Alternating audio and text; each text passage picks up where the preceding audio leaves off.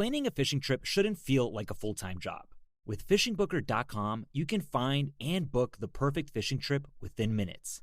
Fishingbooker.com connects you with trusted fishing captains around the world. Booking is fast, easy, and secure, with access to verified customer reviews, loyalty rewards, and around-the-clock customer support. Everything you need to book with confidence is in one place. So head to fishingbooker.com and start planning your next fishing adventure today.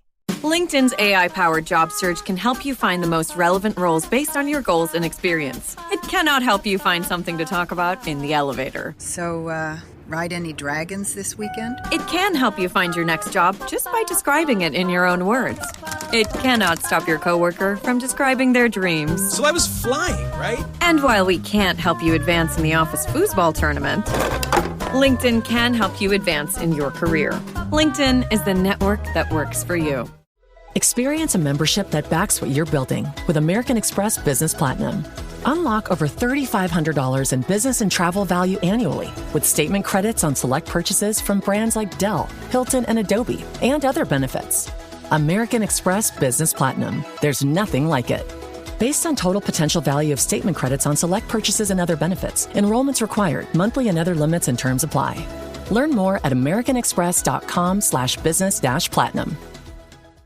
No one goes to Hank's for his spreadsheets. They go for a darn good pizza. Lately, though, the shop's been quiet, so Hank decides to bring back the $1 slice. He asks Copilot in Microsoft Excel to look at his sales and costs and help him see if he can afford it. Copilot shows Hank where the money's going and which little extras make the dollar slice work. Now Hank has a line out the door. Hank makes the pizza, Copilot handles the spreadsheets. Learn more at m365copilot.com/work. So I start zipping her up from the belly, and out rolls 7 embryonic sacs with 7 baby sharks. And these guys have a meltdown because it's like, okay. No, we wanted to just kill one. Now we've killed 8 sharks. And like they're panicking.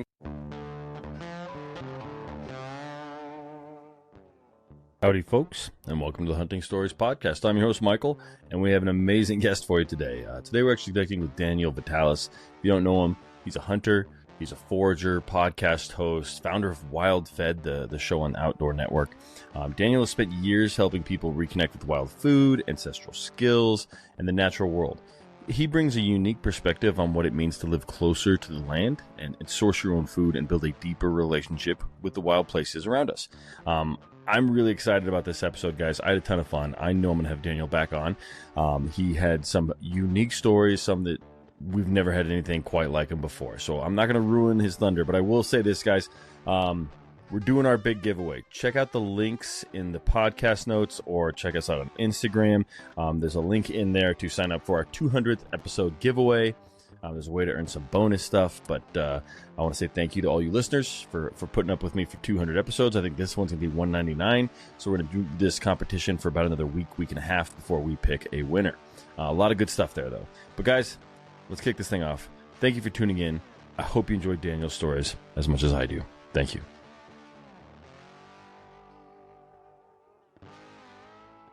All right, Daniel, welcome to the Hunting Stories podcast, sir. How are you? I'm doing great, man. Thank you so much for having me on today, and thanks for your audience for taking a moment to listen to what I have to say today. I appreciate that. Yeah, man, I'm super excited to have you here. I was telling you beforehand, I've been watching the stuff that you put out there, your YouTube and all the different stuff for a while now.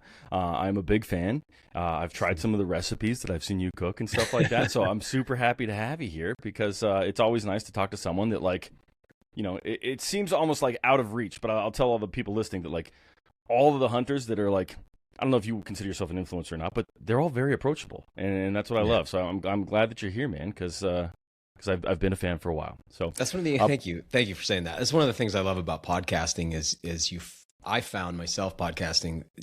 I end up having conversations with people that I thought would never respond, and there they are in front of you. So it really has opened up the world. Right before, there used to be this sort of firewall between, you know, public people and the public, and that seems to be dissolving to some degree, which is really nice.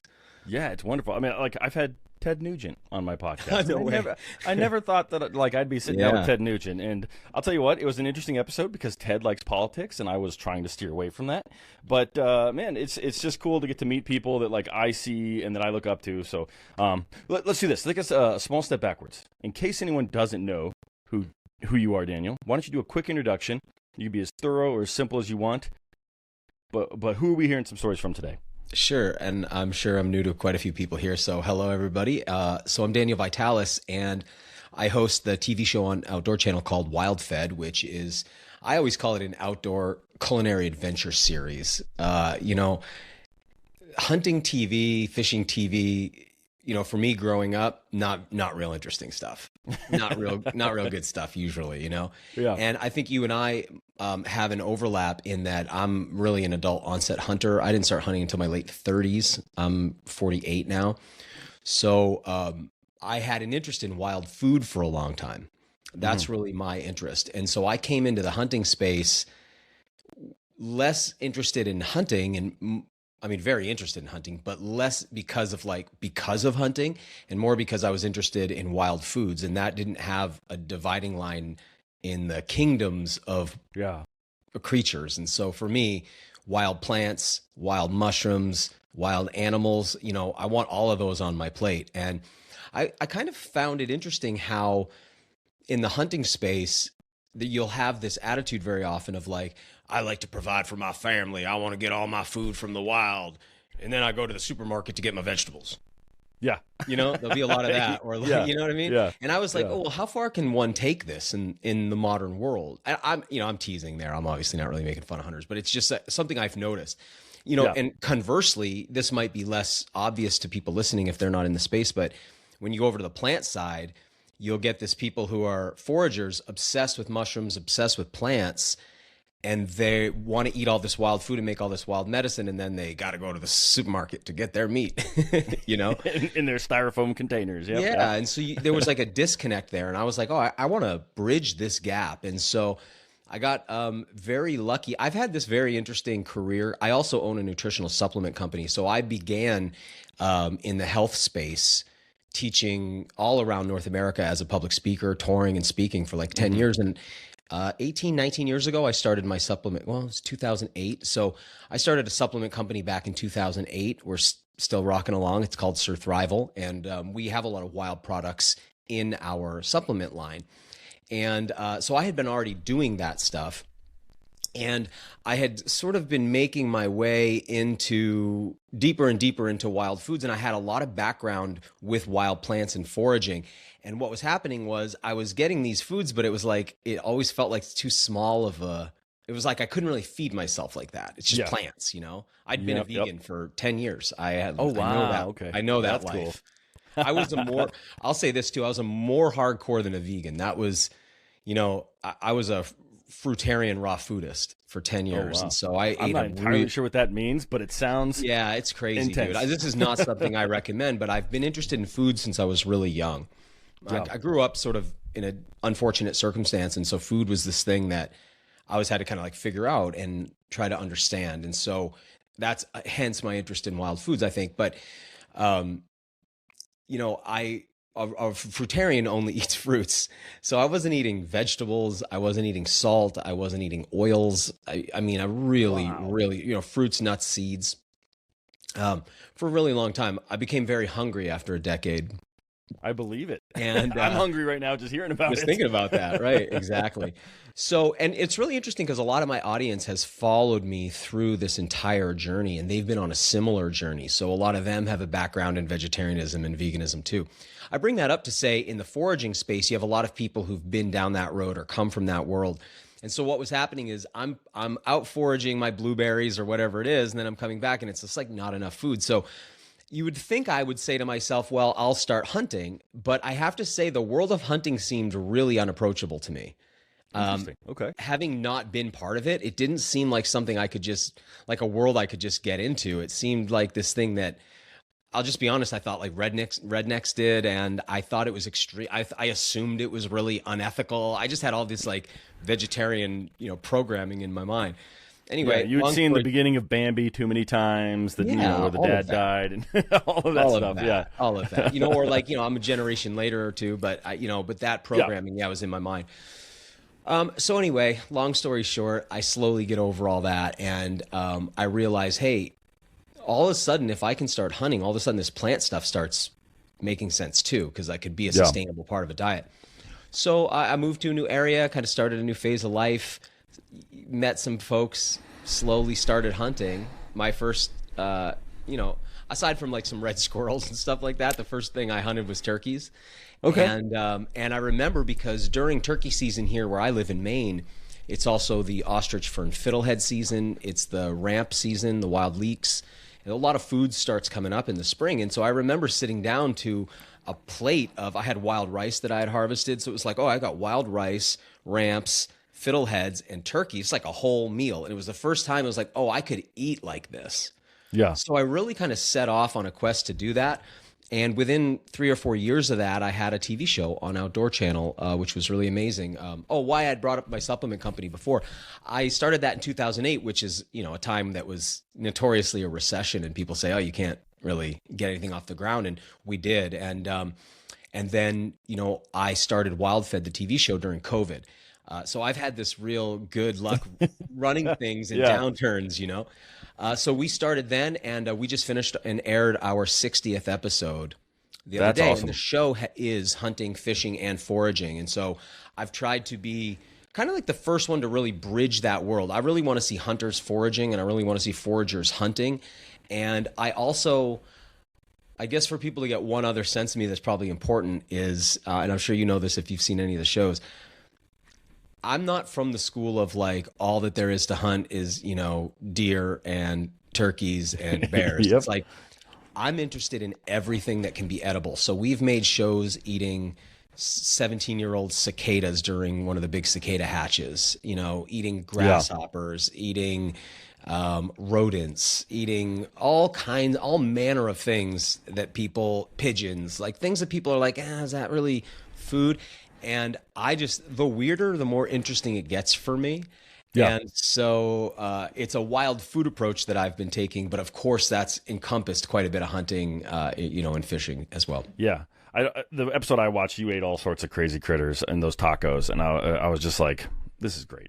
That was like a free rodent taste off, I think. Yeah, exactly. You're like, I don't like this one. That's one of the parts that stands out to me. But your journey is, I think for a lot of adult onset hunters, is very similar, and it speaks to people. So like I started hunting for food, like same thing. When a man turns 30, he either gets into smoking meat or World War II history.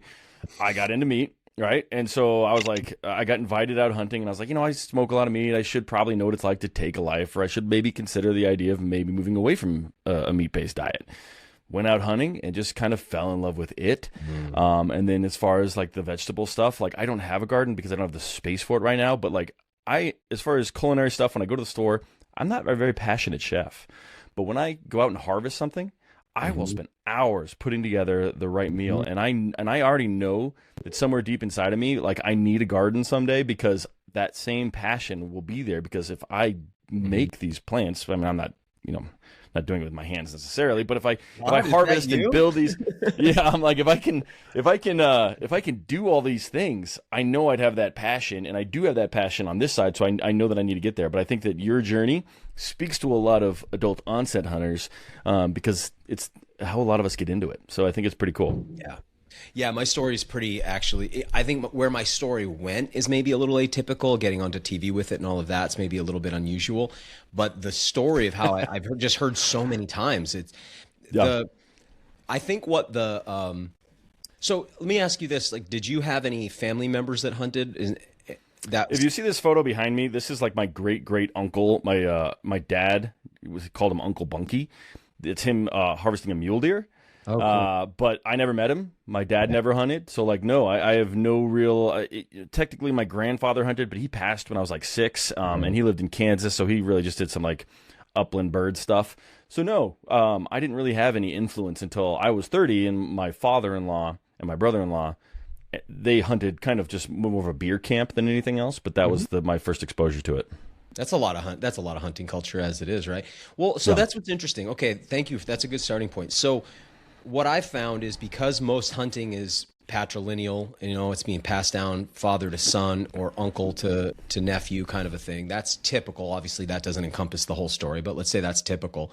Yeah. And then, I grew up in a fatherless home, and, a huge part of my generation did and your generation did. And so there's been a lot of breaks, and then also hunting fell out of fashion due to Bambi and a million other things like you mentioned. And so there's like a tremendous break in the passing on of that. And I think it really was an interest in food that has created the resurgence that we're seeing in hunting now. But I think this has probably come up on your show before, but if not, I'll just kind of go through it real quick. It's interesting to watch the trajectory because human beings are hunter-gatherers, right? We spend all this time hunting and gathering. So once hunting fell out of fashion, one of the ways that it changed, that it altered, was there was this interest in trying to turn it away from food and turn it into a leisure activity. And that obviously has to do with market hunting. And that tremendously changed the number of animals on the landscape, right? When you could sell what you hunted. And so to get away from that, there was this idea, well, let's make hunting a leisure pursuit, and we'll look down upon eating your kill. That became this thing that only Appalachians were doing or whatever, but a gentleman doesn't eat the game. He's there to get the biggest antlers. He's there because they're trying to take us out of market hunting. It's social engineering with a fairly, I think with a somewhat noble hope. But what ends up happening is you get into this era of hunting that's all about the trophy and starts to kind of forget about the food. Not everybody, of course, but that's a big part of it. Then you get to this point where everybody's eating genetically modified food sprayed with, Roundup Ready in a plastic box. And then that makes people go, hey, I want to know my food again. And then we end up with this generation going, hey, maybe I want to get into hunting, but we don't know how or where to start. And piece by piece, we have to put it together. But now so what I found, what was interesting for me this whole time, being on the Outdoor Channel means I'm on a channel that's all about, the big this, the biggest that, Yeah, and I guys passing up animals to get the biggest antlers. Or, really being on high fences in order to get, animals of a certain size, a certain antler class and all of that. I mean, just stuff that I'm not interested in. I'm interested in the meat. So I start harvesting all manner of things and a lot of animals that I think hunters are looking at me like, what's this guy doing? I would never shoot that. And I would always argue this. I would say, guys, do you go to the farm and say, hey, I'm looking to buy a cow for the freezer. You got one that's 8 years old, like some stinky old grizzled bull. That's what I want to eat. It's no, you eat an animal that's a year old. Yeah. When you want chicken, you're not I'll give me that old rooster. You're you eat a 6-week-old broiler. Yeah. That we don't eat old animals from the farm. We would think that's gross, but then we go hunting and it's well, let me find the oldest animal. And it's the attitude to me makes me think of maybe for the martial artist who's I'm looking for the ultimate fight. I want the ultimate opponent who can really challenge me. Yeah. So I get that. That's just not my I'm just looking for calories though. So to me that's that's not it. So, here I am going how do I get as many calories as possible? And how do I use parts of animals that most people aren't thinking about? And one of the big ones I found was oil. How do you get oil? I mean, as a wild food person, who doesn't live where there's avocados and olive trees, it's bears. It's bears, dude. And, that kind of was what really, I hunted bears actually before I hunted deer. I started to, hunt bears for fat. I love the meat, but it was I want oil. I want jars and jars and jars of tens of thousands of calories of oil. Yeah. And once I did that, it was now I can do everything, Yeah. So that's actually top of my list. I've had a bear tag, but I've never been successful. I've never gone on a bear specific hunt. It's always been elk or deer with the complementary tag because I'm here in Colorado. But getting bear oil is I've read enough about it and I've seen enough videos that it is something that I want more than any other hunt right now, is to go out and harvest a big old fat, what would that be, a spring bear? No, excuse me, fall bear. Fall bear, yeah. Yeah, and so that's amazing that's how you started, because that's something that like still eludes me to this day, but it's something that I'm trying for. Well, you know, on the topic of being an adult onset hunter. Hey, hunters. Have you ever had one of those stories, you know, the ones that you didn't want to tell, the ones that end in failure? Yeah, I've been there. Actually, you know what? The culprit for me usually is bad optics, or worse, lack of using my optics at all. Picture this. I spot a trophy buck, or an antelope, or an elk, whatever it may be. My heart is racing, but the blurry view, or I just can't quite identify exactly what I'm looking at, it has me second guessing. Well, that's where Vortex Optics comes in. With crystal clear glass and rugged durability, Vortex gives you the confidence to take the shot. Don't let poor optics ruin your story. Make every moment count. Upgrade to Vortex and turn your hunting tales into triumphs. Visit vortexoptics.com today. Tomorrow morning is knocking. Stock your fridge now. How about a creamy mocha frappuccino drink? Or a sweet vanilla? Smooth caramel maybe? Or a white chocolate mocha? Whichever you choose, delicious coffee awaits. Find Starbucks Frappuccino drinks wherever you buy your groceries. Comcast is delivering extraordinary experiences in live sports. Through the incredible broadcast and storytelling from NBC, innovative and personalized viewing features on Xfinity and Peacock, and the country's most reliable Wi-Fi, viewers can enjoy every game-changing play faster and more seamlessly than ever. All in a network built to deliver unforgettable moments as close to live as possible. The ultimate experience for the American sports fan. Learn more at ComcastCorporation.com/sports. When I started, and we're only talking a decade ago here, but it's interesting going back a decade, there's just no hunting workshops then. There's no on-ramp for learners. And so at that time, Ranella's show was picking up steam, but it wasn't what it's become yet. Yeah. But it was inspiring people.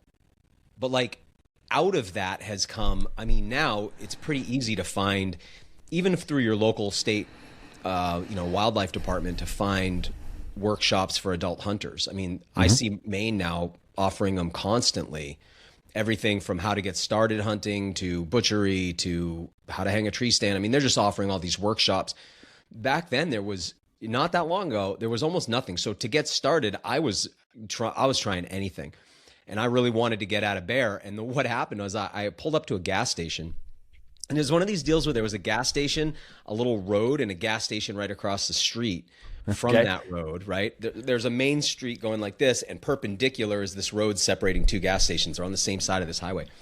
Well, I pull into this gas station, and for some reason, I just get this like message in my mind, or this thought in my head, like pull up to the next gas station. So I drive through the pumps, across the street, and pull into the next station, and there's a truck there with a dog box on the back and all these bear hunting stickers. Oh, cool. There's a guy about 70 years old, pumping gas, and I just go up to him and I start saying, "Hey, man, I'm really interested in bear hunting. You know, is this something that maybe you'd be willing to show me?" He gave me a phone number, and that's amazing. Yeah, is this in Maine, or where was this? Yeah, that was in Maine, and so I started hunting over his plot hounds, and he ended up walking my wife down the aisle. I mean, pretty cool how things. That is amazing. And I've got a couple dogs out of his pack, but he took me bear. So I harvested 2 bears before I even harvested a deer, That's so cool. Which is, I think, a bit of an unusual path through big game hunting, but just how it played out for me. And again, once I had that fat, I mean, the things you can do with bear fat, because it's like, not only can you cook in it, but it's delicious. Like, it's such a clean fat. So for the nerds out there, if you think of like cow fat, tallow from a deer, it's very high in stearic acid. It's very waxy. I have a story about this. Okay, yeah. My friend makes like bald head cream out of tallow, like whipped tallow. It's so waxy, right? Yeah. So it's not like a really delectable food. It's not too bad if it's really warm. Like, I got a buddy that does a recipe where he'll barbecue like a whole rib cage of a whitetail. And if you eat that hot, like if you eat those ribs hot, it's good. But as it cools down, it starts to feel like you're eating a candle. Bear fat is high in oleic acid. It's essentially, so any oil you have has like a composition breakdown of different lipids that are in it. The dominant lipid in bear fat is the same as in olive oil. And so it's a monounsaturated fat. It behaves like olive oil. So if you think like with bacon, if you cook bacon, you let the pan cool, you have like a solid layer of fat at the bottom of the pan at room temperature. Like coconut oils like that, it's like at room temperature, it's pretty solid. But if it's a hot day, it goes liquid. And if you put it in the refrigerator, it goes solid. Now think about olive oil. Olive oil at room temperature is liquid. Put it in the fridge, still liquid. Put it in the freezer, it'll gel up, right? But bear fat's like that. It's like kind of liquidy at room temperature. It's always soft. It's never you can always run a spoon through it. Even if you put it in the fridge, it's soft enough to put a spoon through. Man, it's good. It's really nice for making pastry. It's really good for making pie crust. It's like, I've heard that. Yeah. Just do everything with it. You could fry in it. So anyway, bear fat kind of opened the door for me. And also that was my intro to big game hunting. That's awesome. Yeah, my story, it's a quick one, but I went axis deer hunting in Texas, and I didn't know the waxiness of the fat, but we put down a doe, and we're like, let's eat some back straps. It's dark. We're cooking up the back straps, and he's like, look, we got a little bit of fat from this deer. Went over and literally cut the fat off of the deer, set it on top of the back strap, and just let it render a little bit until we had this beautiful back strap. And then we cut it up and get everything ready, and we're like, all right, let's eat. It had cooled just a little bit, and I just remember looking over at my buddy, and the two of us were just like, just like it feels like our lips are sticking to our teeth. Yeah. It was just like, what is going? I was like, it's delicious. It's different texture than I expected, and it was all the fat. And he was like, yeah. He's like, my bad. He's like, I never used the fat before. It was probably, around the same time that Ranella probably did post some video about rendering fat down or something like that. And so he tried it, and it was a huge backfire. One of the most unpleasant, the flavor was fantastic. Unpleasant textures, feelings I've ever had in my mouth. So if we were hungry, I think we'd welcome it, right? But for sure.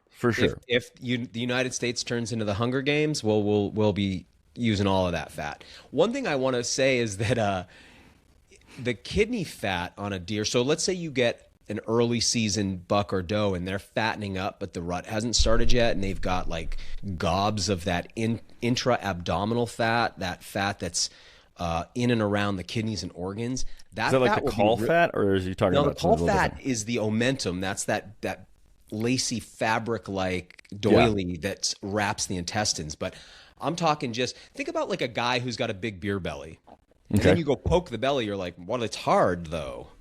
What is that? It's because all the fat's under the muscle layer, in and around the organs. That's actually the most dangerous kind of fat in your body. Like, I'll notice if I start gaining weight, I don't notice at first, because you grab your belly and you're like, feels the same, but why are my pants getting tighter? It's because the fat's packing in and around your kidneys and your organs. Well, when animals will put on a lot of that fat too, and that fat on a deer is renderable and soft and pretty nice. Less waxy. So, and I'll tell you this, almost any animal's fat can be rendered. I've rendered squirrel fat. I've rendered turtle. You can find it, right? Well, I was shooting squirrel. I had a feeder out there in my backyard, and squirrels would come to it, and eat the what do you call them? Like the sunflower seeds, and fatten up like that. And I shot one who just was loaded with fat, and I was like, let's render it. And I got probably, I don't know, half a pint of fat out of that. Yeah. One squirrel. One squirrel. Yeah. That's amazing. Yeah. That's amazing. Like for metric, like 250 mLs. Yeah. So anyway, it was great for cooking in. It was very mild. Like I said, I've done that with turkeys. Especially, I'll do like roadkill list as well, sometimes. And, you get a turkey at the right time of the year, they're loaded with fat. And so they can that's a great way to, like I said, I'm just interested in like what's out there for food that we're missing. And that's one of the big ones, is there's a lot of like quality animal fats that we leave behind very often. I believe it.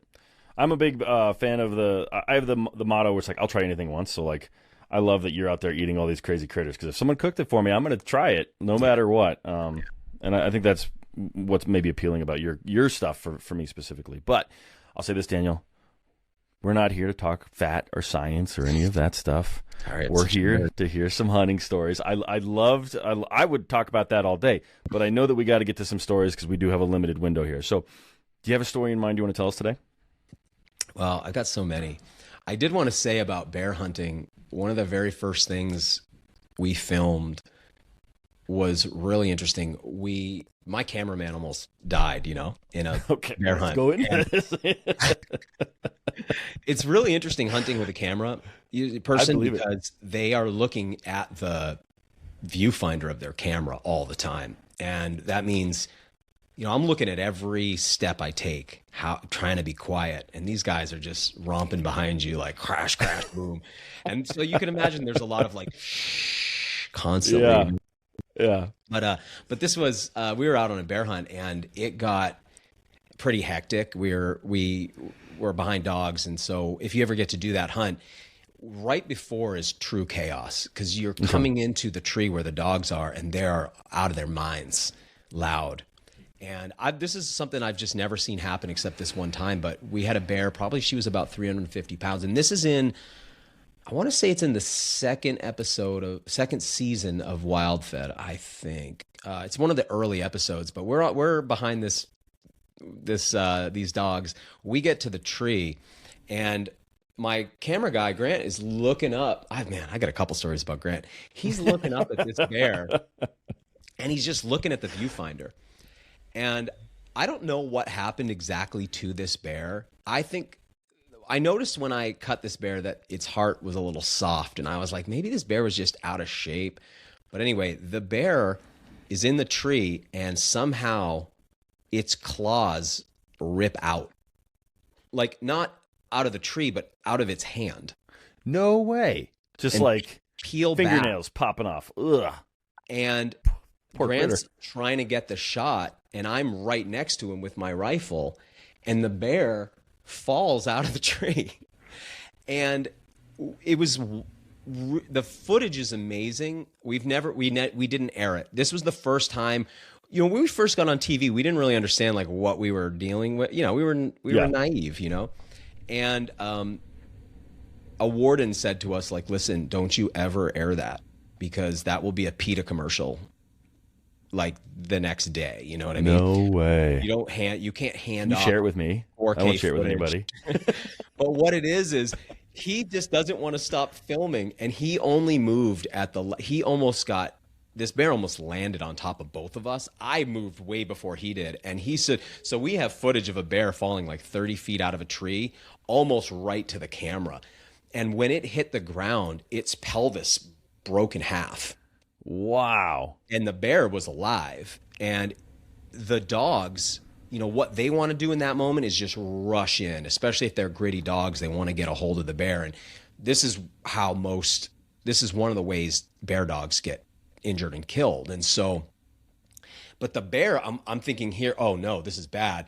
But the bear is like just rolling around on its back, and I end up shooting the bear right there. Now we had to play that in the footage like it was a bear bang. I mean, we had to. It's like you film this. You're like, well, we can't do it again. I have to use it somehow, and we can't show most of it. You want to tell the truth, but you're like, I can't show people this because it looks cruel. But it's just something that doesn't usually happen. But we've seen a lot of anomalies like that where just every once in a while something weird happens, and I watched this bear just fall out of a tree. I always used to think animals didn't really make mistakes like people do.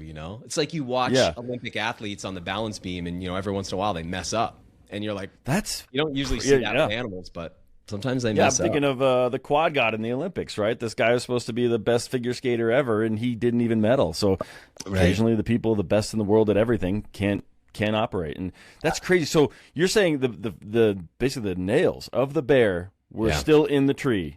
Well, they were still on the bear, but so there's like a piece of bone that fits into the nail, right, into the claw itself. Okay. And that claw, which is like the exterior is like keratin, like a fingernail, that piece ripped back. It was still attached, but not functional anymore. And several of the nails did that, and just like, like I said, like crazy things happen. One time we were on Molokai in Hawaii, so we went out to Hawaii to hunt axis deer and black buck. I've done that hunt. It's so fun. Yeah, it's great. Have you been to Molokai or? Yeah, I went to Molokai and hunted. That's where this hide behind me over here. That's my buck that I got. Who did I hunt with? Yeah, we I couldn't. I'm not supposed to say who the guy is because he let us go kind of on our own, but we archery hunted, and we didn't have any guides. So he's like, "Here's the property. Get out there, have fun. You can harvest." I think it was small world, It's like, yeah. I bet when we stop recording, I'll tell you. Sure. I'll try and find out who it was. But yeah, we had 6 tags. I think we were allowed to shoot 5 does and 1 buck, and it was great. Man, I lost a lot of arrows, but it was a fun hunt. And it feels pretty Western out there, at least where we were. It's just like wide open, former pineapple fields and stuff. But yeah, the story is with the black buck, at least. I think it's a different story with the Axis, but the black buck got out there because there was a safari on Molokai, and kind of Jurassic Park story, that thing went defunct, and the black buck were able to survive out there. And in the episode, I went through all the rigmarole of bringing a rifle to Hawaii. I'll never do that again. Like, what a nightmare. Hawaii, you're like, is this even the United States? Like, unbelievable. Yet I had to register every piece of ammunition that you have to register your rifle within 7 days with the local police department, get fingerprinted, all your ammunition is cataloged. Like, it's like nothing I've ever experienced, honestly. But then I had all these problems with this rifle, and my guy, and I didn't expect the guides to have such good equipment. I mean, they had carbon fiber barreled rifles with really nice glass and everything. So that's I ended good feedback. Yeah. What's that? I said that's good to know. I took my bow, and it was like it's not even considered a firearm or anything. So you just walk in, like no one checks anything. It couldn't have been easier. So that's interesting that it was such a pain in the butt. So a little bit. I mean, I've watched it again over the 10 years that I've been at this. I've sure seen even traveling as a TV production. It's getting complicated out there. But I bet. Anyway, there we are. And I've had a bunch of problems with my rifle trying to shoot at these black buck. And eventually we end up in this scenario where there's a black buck ewe, and I'm like, I'm going to shoot that ewe, right? So the rifle I was running, I typically run a 308 Winchester. So my buddy, the guide, loans me a new 6.8. I never shot it before. Hadn't seen what this rifle can do. Hadn't seen what this cartridge can do. But I end up taking a quartering 2 shot on this ewe through all this timber. And I hit her, high in the rib cage to kind of exit far back on the opposite side rib cage. Well, that round did something I'd never seen. Like, the exit wound was shocking. Really? And when she was hit, so again, you were TV production. The guys really, one of the hardest parts is before you take a shot, you need to make sure that both the cameras, you got the camera guy filming the animal has to be on, and the guy filming me has to be on. Or sometimes they want the shot over your shoulder of you with your rifle and the animal. And it's really hard to wait when you've got a shot that's changing. And you're like, dude, I'm ready to take this shot. So it can be a lot of stress, But everybody gives me the thumbs up. I take the shot. And of course, the guy on the long lens filming the animals in slow motion. This black buck ewe starts running. And then I see something I've never seen happen before. As she's running, her rumen falls out. Then her liver falls out. And all of her intestines, they're just spilling out behind her, bro. Like, her whole organ system. And then all of a sudden she does like a triple flip roll. And when we got up, what had happened was it had blown such a huge part of her side open that not only did her organs fall out, but her rear hoof caught on a flap of the skin, and hooked. So she only had one functioning back leg, and that's why she spin out. And when she died, we walked up to her, and it was like, well, I don't have to gut her. Yeah, and you basically turned into a backpack. Completely, yeah, exactly. Completely emptied out. But then it's like, what are we going to do with this footage? And actually in post-production, the guys went through and painted all of that out. It was prior to the AI tools now make it a little bit easier, but just even a few years ago, that didn't exist.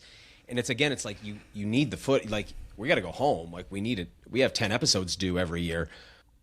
What are we going to do?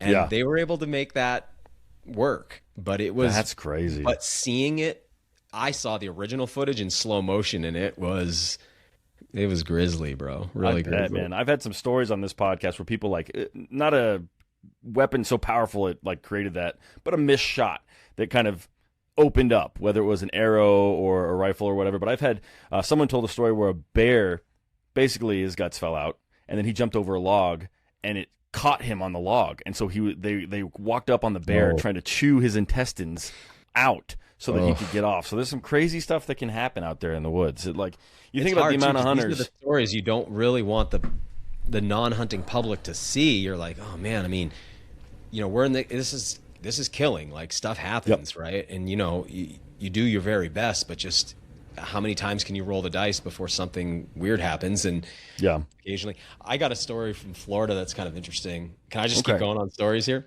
Yeah, just keep rapid fire. Let's go. I like the grin you got. I love it. I'm in Florida and in the Keys in Marathon, and I got a buddy down there who's got a shop and a charter, and I want to harvest a shark really bad. And he's, that used to be cool, but right now down there it's kind of frowned upon, which is silly. I think we need to get back to harvesting sharks, at least on the eastern seaboard of the U.S. We've really overdone the conservation, if you will. Like, it's gotten to the point where the sharks are becoming a bit of an issue in the fisheries. I can understand that. Kind of similar to probably like California, right? They're not managing any of their predators, and now there's no deer. Yeah, or you get something like the Marine Mammal Protection Act, which was great, but now we've got an overpopulation of seals here in the Gulf of Maine, which is bringing all the great whites up to the Gulf of Maine, and we had a woman get killed a couple years ago.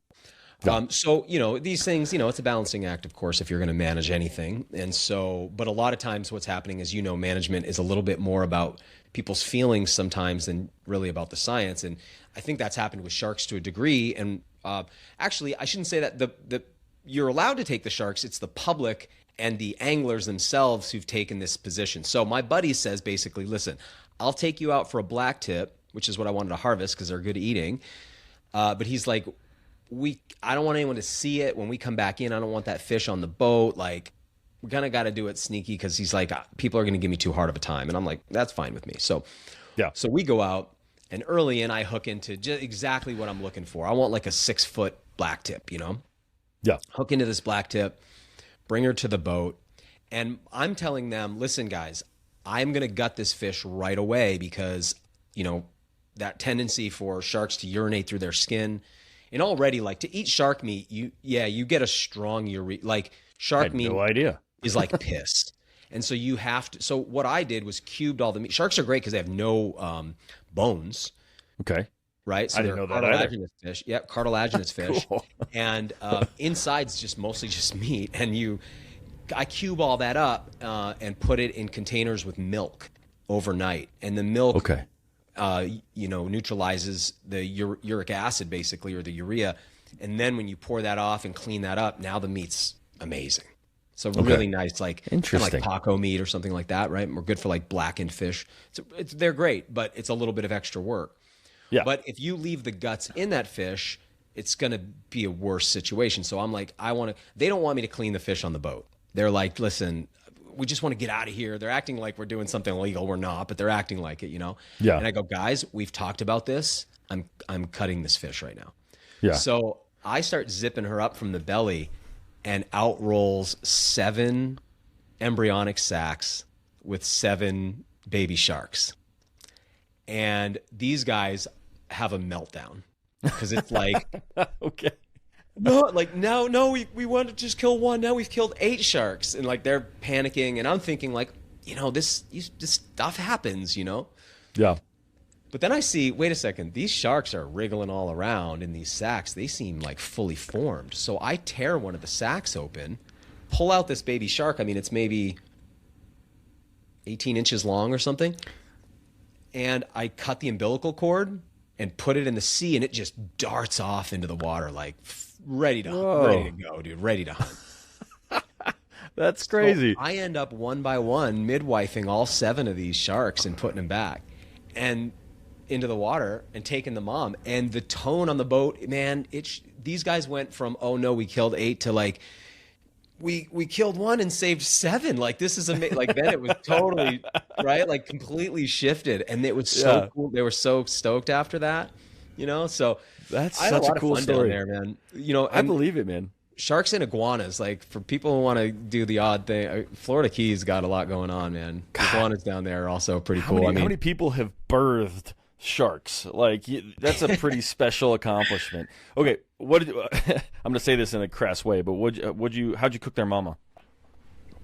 Yeah, well, like I said, I first did that whole treatment in milk, and then I basically cubed it up probably 1.5 inch, 2 inch cubes, and vacuum sealed off a couple dozen packages like that. Okay. And then, one by one, I'd take those out. Some I'd blacken, some I'd just cook in butter, some I'd make tacos with. But we ate through that shark pretty fast because the meat's good. Once you do that treatment to it, the meat's firm and fantastic. What would you compare it to, if anything?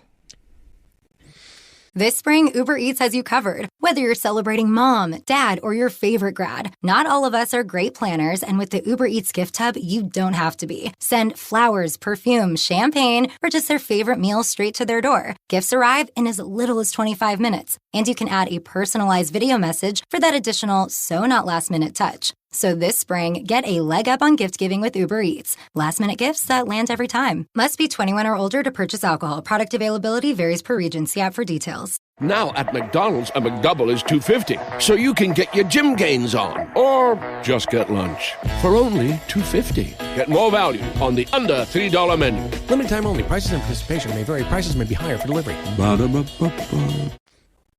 Well, it's firmer than something like halibut, and it's not so flaky. It's got like a texture kind of like maybe more like swordfish. Okay. But it's not as much flavor. Swordfish got so much flavor. Boy, it's like stingray. Okay. That's interesting. That's interesting. But, I haven't, no. But it's still very cool. It's its own thing. I mean, but I highly recommend, for somebody who's got the interest. I think shark's great, and, catch them all up and down the coast here. So, Gotcha. Here's a question I have for you. You've been doing your show for a few years now. Like, were you interested in video production and creating a show before you were hunting, or was it like you started hunting, and how did that come to be, I guess, is kind of my question. Right, yeah. Well, so I'd been a podcaster and done video media, and I'd actually pitched a couple of shows before in the past, but not in the same space. So I had a podcast that was real popular called Rewild Yourself, and what my interest in was looking at human beings as a domesticated animal, because when you study domestication, so my whole interest in food's like been all around this idea of, what's the difference between, a cow and a deer. It's like, well, a cow has been domesticated from this animal called the oryx. The deer is still a wild animal. What's the difference between a wild plant and a domesticated plant? I mean, they are radically different. So I've always been interested in what's wild, and I'm very interested in the idea of what was a wild person. And so I podcasted about that. I pitched some shows about that, taught and lectured about that for a decade. And that led me to get into wild food. So when I started doing that, I'd already had a background as a public figure. But a guy came to me who ended up, my business partner, Grant, who's the cinematographer, came to me and said, hey, why don't we make some content about this? And I was like, I'm new at this, dude. I don't think that's going to make any sense. And he was like, well, I think that people would be interested in that journey. So we made 8 episodes for Vimeo, for YouTube. Like, we just made them ourselves. We didn't put them on YouTube because we wanted to sell them, because we spent a fortune making them. So we made 8 episodes, season 1 of WildFed, and we put that out, and I announced it to my podcast audience, and we sold it privately as just a, like a product.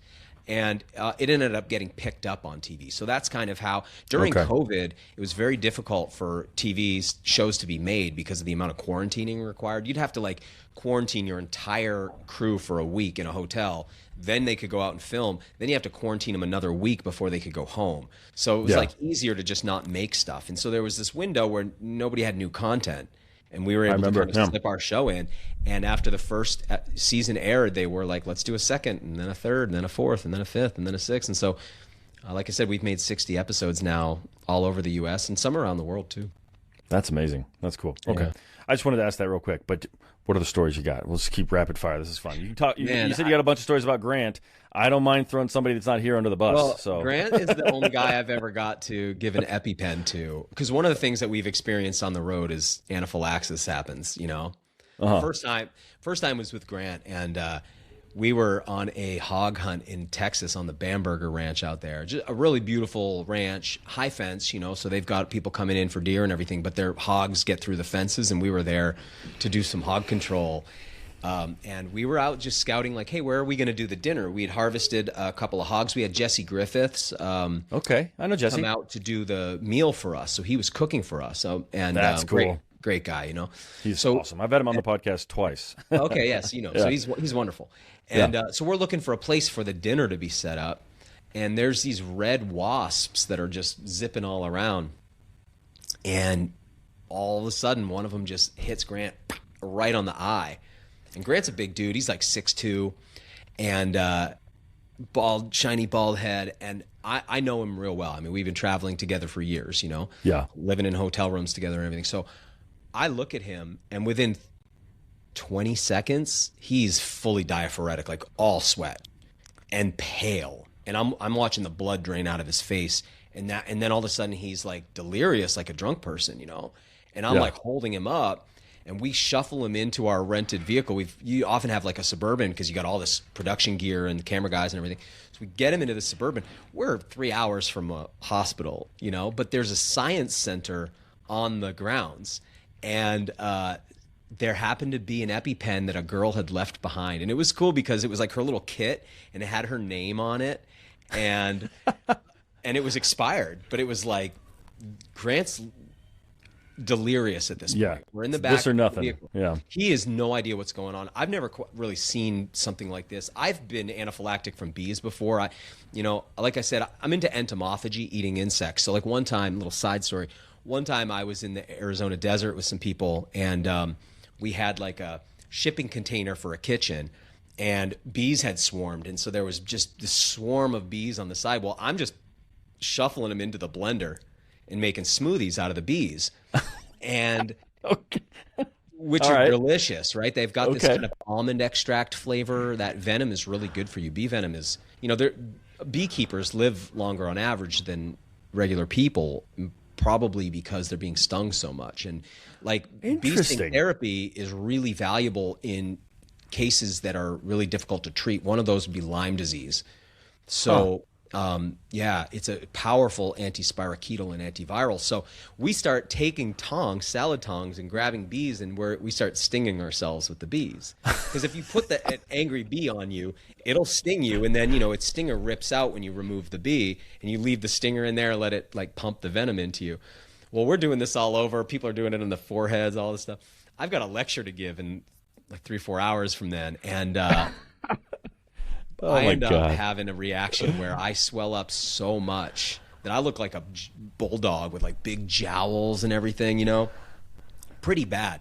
There was a medical doctor there with an EpiPen, but I didn't want the EpiPens because I was like, man, I got to speak in a few hours. So it's like we just sat there for 2 hours together across from each other, and I just breathed through it. But I was never delirious. Grant was like going towards unconsciousness, right? So we're in the back of the Suburban, and I go, Grant, you okay if I give you this EpiPen? And he's just like, blah. And I'm like, I've held a couple of EMT licenses and everything. I have always wanted to give an EpiPen. I never got the chance to before, and I finally did, man. And it was so satisfying whacking him in the leg. And it was amazing to watch what it did. It like brought him back really fast, but really made him sick as well, So then he was vomiting, and it took whole day. And the next day, I remember sitting up in a tree stand with him the next day. I mean, the show must go on. We got to keep filming. But he just had like raccoon circles under his eyes, and he was so pale. The pictures of him are not flattering. But we saw that kind of thing a lot. Like one time we were hunting up in Maine's North Woods for snowshoe hare behind beagles. And the first snowshoe hare I shot, I walk up to it, and when I pick it up, hair's just like, you can see it in the episode, hair's just falling off. I don't know why, but it's just like coming out in clumps, just holding the animal. Well, by the time I walk this thing the couple 100 yards back to the truck, my eye is just itching like crazy. And I'm kind of keep doing this. I got like fingerless wool gloves on. I keep like doing that. Hair's just like all over everything though. And I'm like, oh, this is probably getting worse. And then all of a sudden I look and my eye is bad. Like I look in a mirror on the truck, and it's real, real bad. And it got to the point where the whites of my eyes, the sclera, it had started to swell so much that the white started to overhang my iris, the brown part of my eye. My goodness. Oh, disgusting looking. And it was like this moment of like, this is my eye, I was like, I want to keep going, but like, this is my eye. Like, it's not like breaking a finger or something. You're like, yeah, I only got 2 of these. Because I have like 4 or 5 friends who lost a finger in the field and just kept hunting. Like, I've heard that story so many times. Fishing too, the line rips off the end of a guy's finger. He's like, well, we're out here, let's keep fishing. But yeah, my eye. So we get to the hospital, and it's really funny because the guys end up filming I had a guest with me. They go out in the woods behind the hospital to finish filming. They just film the scene out there of them while I sit in the emergency room. And it was kind of around that COVID era.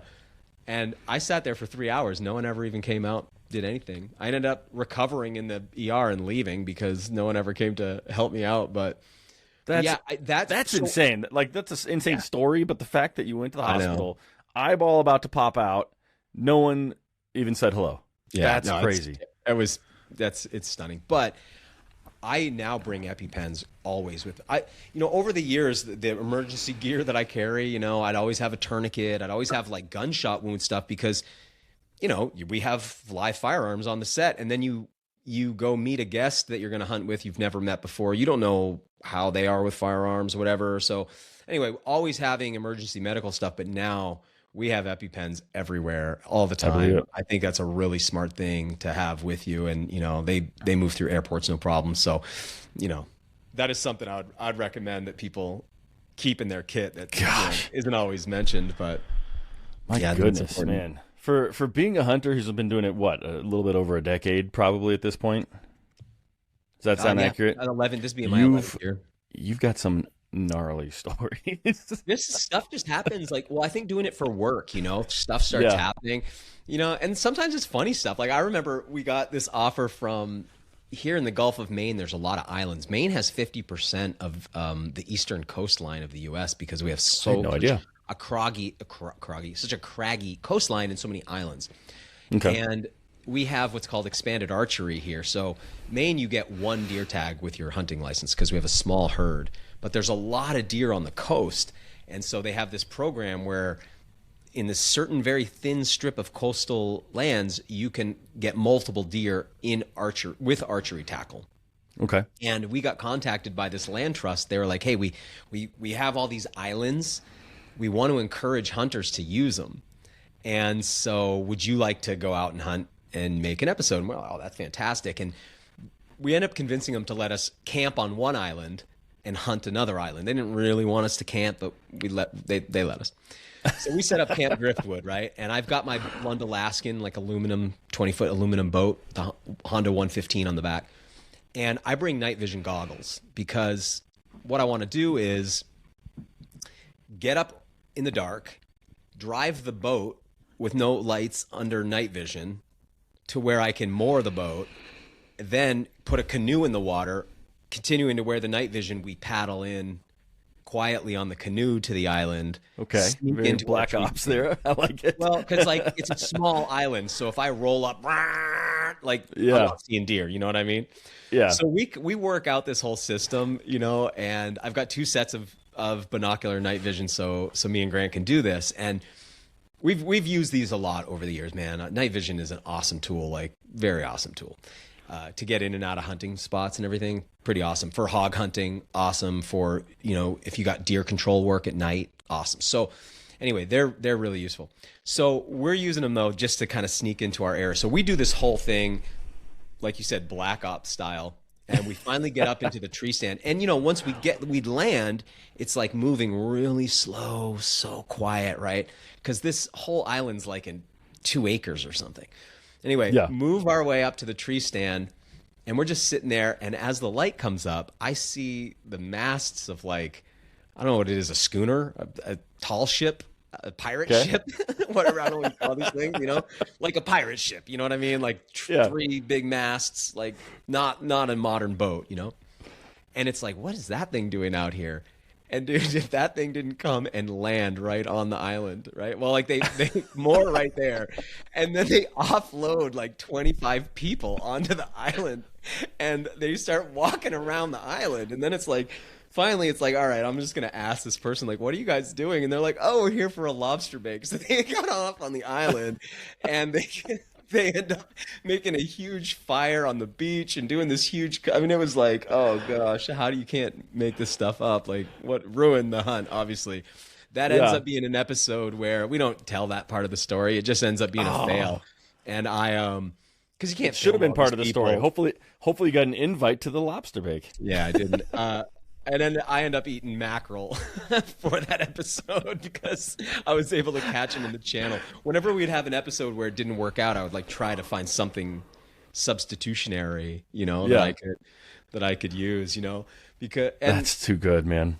Yeah, we've had some interesting stuff, man. I'll give you one more that I really love this story. We were down in Kentucky. It was the Brood 10 cicada hatch. So cicadas are those insects in the summer that you hear that loud, like, when it's real hot out sound. Mm-hmm. And you have annual ones, but then you have these ones that are called periodic cicadas. And they will live underground for 17 years. Some are 13 years. These ones were 17 years, which is interesting because you think of a bug that is 17 years old. It's kind of like counterintuitive to imagine one lives that long. Well, anyway, when they come up out of the ground, they're edible. And they've just been down there feeding on, oak sap, basically. Okay. So we go down there to harvest these things, and I connect with an entomologist down there, a guy who studies insects from the university, comes out with me, and I bring like a fishing creel that I've modified a little bit so I have something to like stuff them into as I'm catching them. And we just fill this thing up with them. And then it's like, often what happens is we'll be on location filming, and at that time we're still trying to figure out who's going to do the cooking. Are we going to do it? Are we going to go to a restaurant? Is there a chef? I don't know how, just through this buddy of ours, he connects us. He's like, I know this place that could work out. Well, the place he connects us with is owned by one of the guys from Brown Forman. They own Jack Daniels and Woodford Reserve. Okay. All right. So we go to this location, and it's kind of what it is like the private dressage horse farm for the wife. She rides dressage. So they've got this incredible land holding, amazing deer hunting there. Yeah. But they also have 4 private chefs in-house in this massive restaurant, but it's private. And it is white glove. So, like, there's a scene in the episode. I'm telling you, dude, this is true. I like where this is going. There's a scene in the episode where they're like cleaning the wine glasses with like their white glove and like polishing the windows, getting ready. And we've brought cicadas, Yeah, okay. They probably haven't used that ingredient before. No, they haven't. And the man, Austin, who hosts us, I mean, just an incredible guy. But like this guy owns Jack Daniels and Woodford Reserve, And these people live at a tier of reality that's like way outside of what I come from, He brings his whole family to this dinner. And I mean, his teenage daughters are like debutantes, And his son, who's just like, you're like, what will this guy go on to do? This is quite a family. And we proceed to eat insects like 10 different ways with this guy, and his family. I mean, I remember his wife kind of had this look the whole time, like, what, Austin, like, what are you getting me into? And these daughters who just, again, like, this does not look, they look like they'd be hanging out with Paris Hilton, not eating insects. But we fed, I mean, some high society folks, boy, we fed them 17-year-old insects. And it was awesome to see. The chefs came up with some great stuff, man. They candied them. They put them into teriyaki. They put them into pasta and linguine. I mean, they served them all these different ways. It was fantastic. But that's so interesting. Kind of stands out as one of my like favorite memories of making the show. That's so interesting. That's very cool, though. That's just white glove cicada cooking. I love that. And then after it was like, tasting all these really like nice reserves of whiskey and everything, I mean, everything is like mahogany and, beautiful walnut and it probably leather. Oh, they're great. They're great. They're great. Yeah. If you take a cicada, so I actually had gotten down there a few days before, came home and was like, guys, we need to pack up and go down and make this show. because I just grabbed a whole bunch. I'll take insects and put them in the freezer first so that they die. And then, because otherwise they're kind of hard to keep in a pan, they'll jump out. So froze them, tossed them in olive oil and Old Bay, put them on a pan and just roasted them. And it was like, they taste like peanuts, so it was like, okay, these are great. Let's roll, Oh yeah. Yeah. Yeah.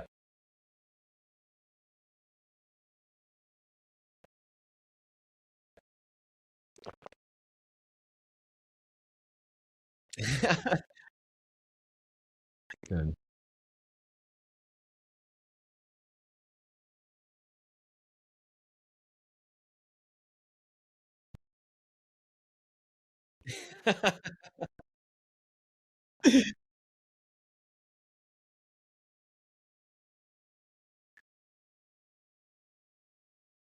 Sure. My supplement company is surthrival.com, like survive and thrive. My website's danielvitalis.com. I'm most active on Instagram, and my content is not just wild food content. So I get into down the rabbit hole into all kinds of far out stuff. So don't go there expecting it just to be this kind of content, but there is some of this too. And then all 60 episodes of Wild Fed are on Outdoor Channel's streaming platform, My Outdoor TV or motv.com. So, and they've got like a free trial week. And I think it's like less than $10 if you want a 1 month. So you could go watch all 60 episodes free or pretty cheap over there. And then we are currently airing season 6 on Outdoor Channel on cable right now as well. So you can see us there.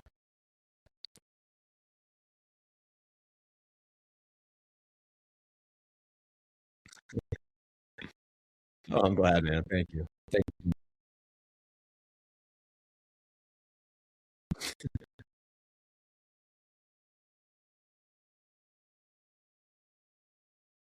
Yeah, next time if we were again, remind me, we'll talk about eating the unborn.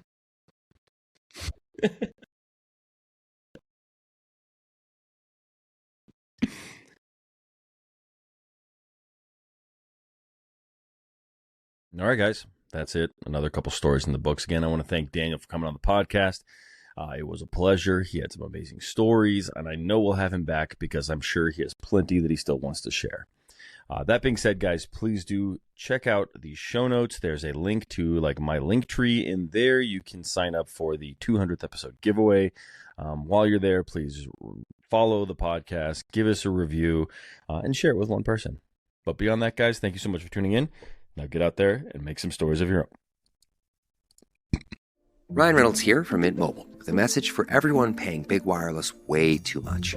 Please, for the love of everything good in this world, stop.